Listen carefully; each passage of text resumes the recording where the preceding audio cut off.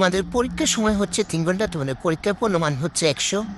তো প্রথমে আলোচনা করা হবে তোমাদের এমসিকিউ নিয়ে। তোমাদের এমসিকিউ থাকবে 20টা, একটার মান হচ্ছে 1 করে, 20টাতে 20। তোমরা এমসিগুলো দেখে নাও ভালো করে, এখানে আমি বলতে গেলে ভিডিওটা অনেক লম্বা হয়ে যাবে। আর যারা এখন আমার ইউটিউব চ্যানেল সাবস্ক্রাইব করে, সবাই সাবস্ক্রাইব করে পাশ থেকে বেল আইকন বাটনটি বাজিয়ে দিও।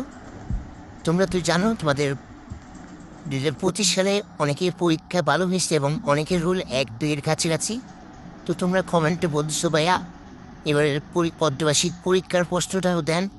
তো আমি চেষ্টা করতেছি দেওয়ার, কিন্তু এইবারেরটা কিন্তু গ্যারান্টি না, মানে তোমাদের 100% আসবে এরকম বলতে পারতেছি না। তোমরা এটাও ফলো করতে পারো। আর তোমরা চাইলে তোমাদের গাইডের শেষের দিকে মডেল টেস্টগুলোও চেক করবা। বেশিরভাগ প্রশ্ন করতেছে এখন মডেল টেস্ট থেকে, তোমরা মডেল 1, 2, 3 যাই আছে সবগুলোই দেখবা একটু।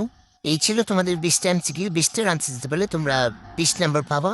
এখন আলোচনা করা হবে তোমাদের অনুবাদ নিয়ে। তোমাদের 2 নাম্বার থাকবে, 5টা অনুবাদ থাকবে, 5টা থেকে যে কোনো 3টার আনসার দেওয়া লাগবে। একটাতে 5 করে, 3টাতে 15 নাম্বার।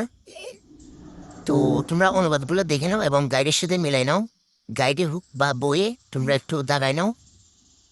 তারপর 3 নাম্বারে হচ্ছে দেখো, নিচের প্রশ্নগুলোর উত্তর দাও যে কোনো 3টি। 5টা থাকবে, যে কোনো 3টার আনসার দেওয়া লাগবে। একটাতে 5 করে, 3টার থেকে 15 নাম্বার।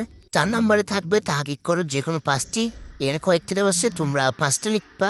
একটাতে 2 করে, 5টাতে 10। 5 নাম্বার আছে তার্কিক করো যে কোনো একটি। 2টা থাকবে, 2টা থেকে যে কোনো একটা লিখতে পারলে তোমরা 5 নাম্বার পাবা। 6 নাম্বারে থাকবে হরকত সহ মুখস্থ লেখো যে কোনো একটি সূরা।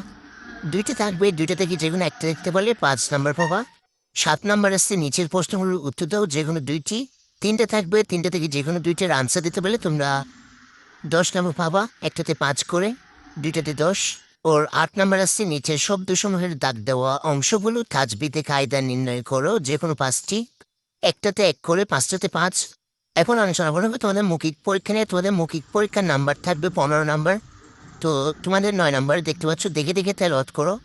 আশা করি এই সূরাটা তোমাদের দেখে দেখে তেলাওয়াত করতে হবে 5 লাইন। 1 লাইনের জন্য 5 করে, 5 লাইনে 5। তারপর 10 নম্বরে থাকবে তোমার তাজবিদে কায়দা বলো।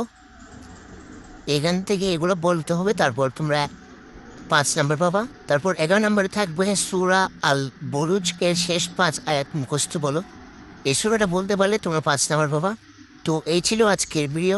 তো তোমরা যারা এখনো সাবস্ক্রাইব করে নাই, সাবস্ক্রাইব করে পাশে বেল আইকন